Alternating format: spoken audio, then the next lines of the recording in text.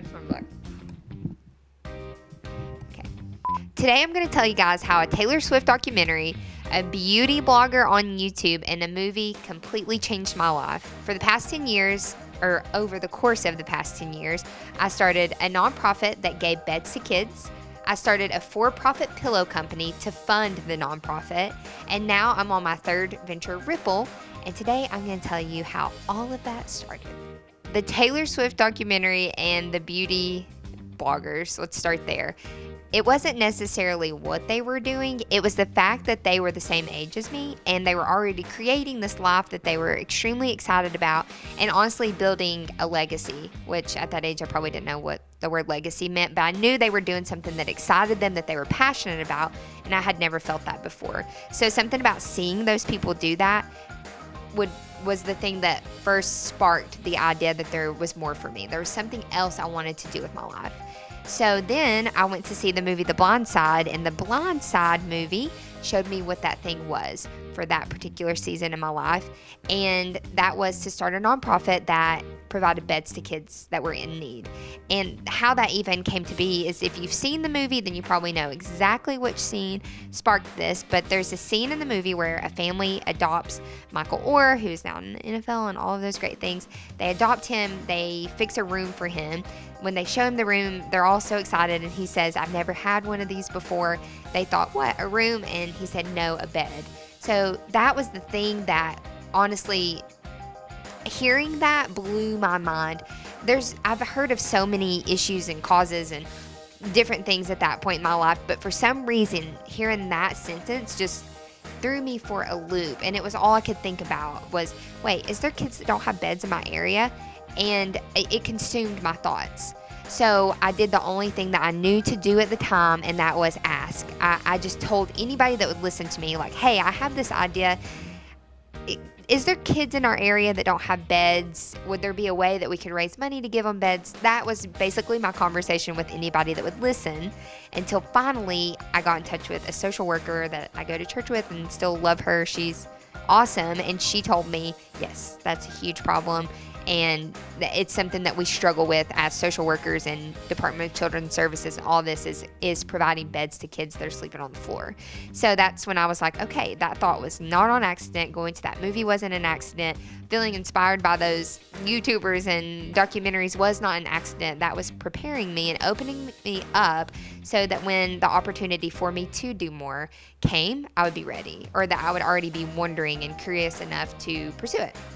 So that's exactly what I did. I pursued starting a nonprofit with zero experience, zero knowledge on how to do that, which is me telling you that if you have an idea, you don't have to have any prior experience. You don't have to have any knowledge. All you have to have is the want to and the drive and the passion to make it happen. And if you talk about it enough with all of the resources that we have today, including Ripple, you can find somebody that will help you, somebody that's done it, and they will guide you through that process. That's exactly what happened for me.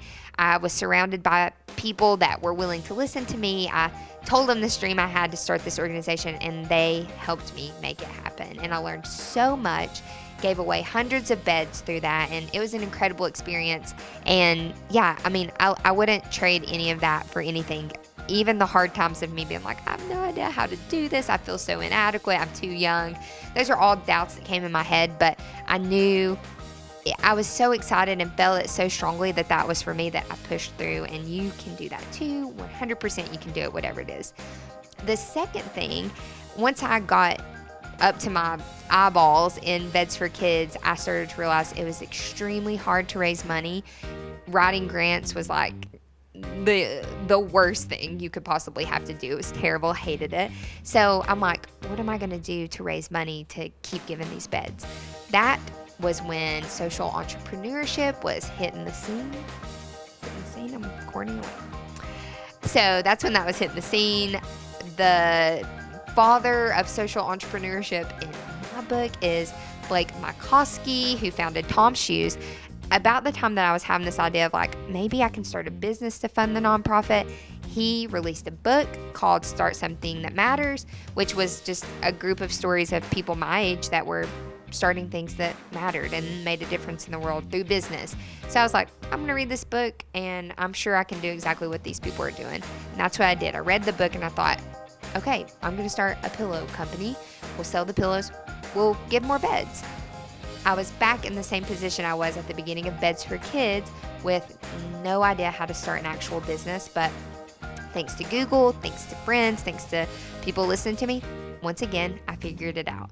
So I started this business out of my college apartment, which I think hopefully you'll see some pictures of that in this.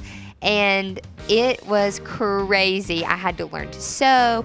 I had to learn about fabrics. I had to bribe my friends to come over and sew when I couldn't pay them. So I would tell them, come over and help me sew all these pillows and I'll give you some pizza. So that worked for a little while.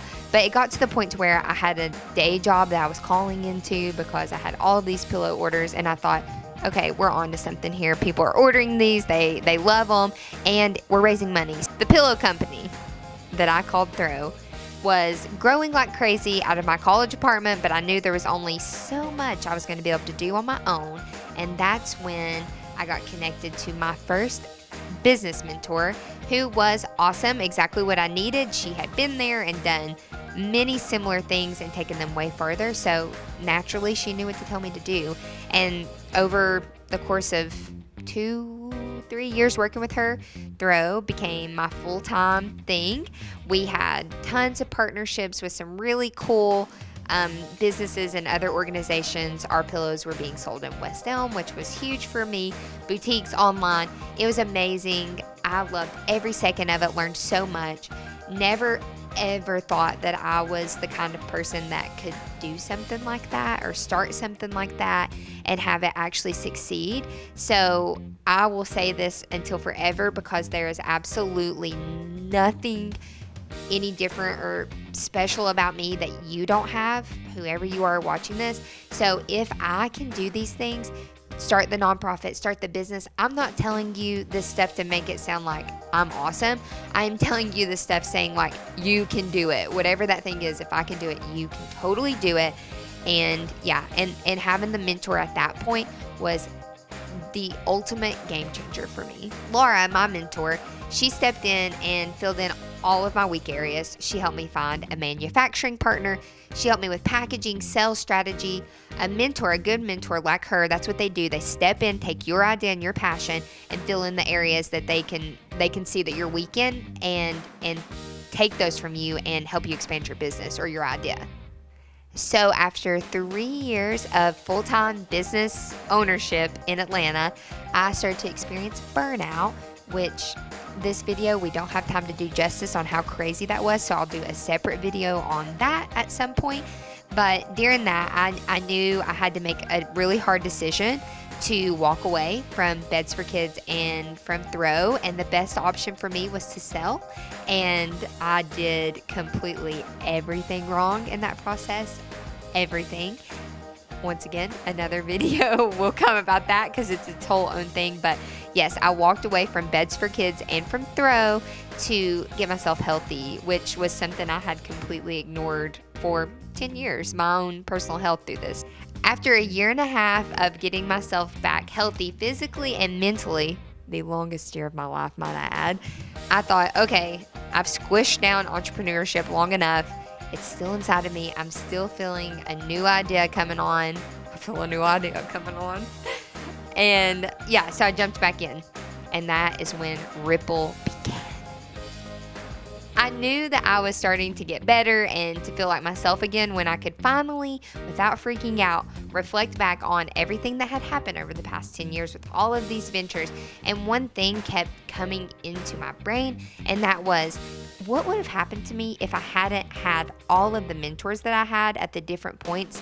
The people that helped me with Beds for Kids, the people that helped me with Throw. Like, what would have become of any of those ideas if they hadn't stepped in, given me their time, and shown me the way, shown me that I could actually pursue these things? I don't think I ever would have pushed through without them.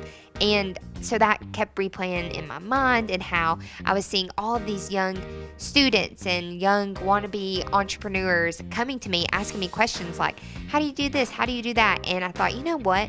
They all need a mentor. They all need a Laura or a Mike or all of the different people that were in my head that had gotten me to even a position that they would ask me those questions. I was like, I want everybody to have equal opportunity to work with somebody like that. And that's exactly what Ripple is designed to do. It's designed. Can we use all that though? Yeah. Okay. This is my story. Hopefully that gives me some sort of credibility, and you'll want to join Ripple as a coach. Maybe you want to join as a student. Maybe you just want to subscribe to my YouTube channel or follow us on Instagram. Whatever you want to contribute, guess what? We're ready for it. So, yes, like this, share it, and that's all I got.